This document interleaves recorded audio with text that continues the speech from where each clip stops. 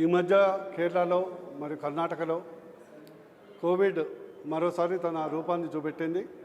కొత్త రూపం JN.1 variant. అదే కాకుండా గతంలో కూడా చాలా వేరియంట్స్ వచ్చాయి. కానీ ఈ మధ్య జరిగినటువంటి కొత్త కేసుల్లో కొంతమంది చనిపోవటం కూడా జరిగింది. కొంత అది మనము అలర్ట్గా ఉండాల్సిన అవసరం ఉంది.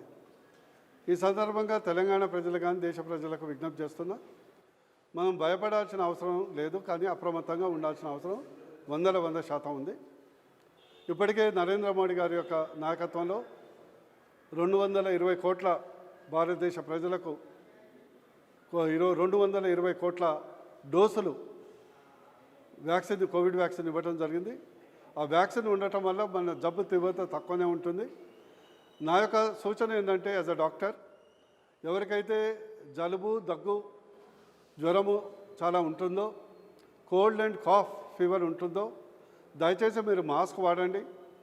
క్రౌడెడ్ ప్లేసెస్ పోకుండా చూసుకోండి. మీరు డాక్టర్కి చూపెట్టేసి అవసరమైతే కోవిడ్ టెస్టులు కూడా ఉచితంగా చేస్తారు కాబట్టి చేయండి.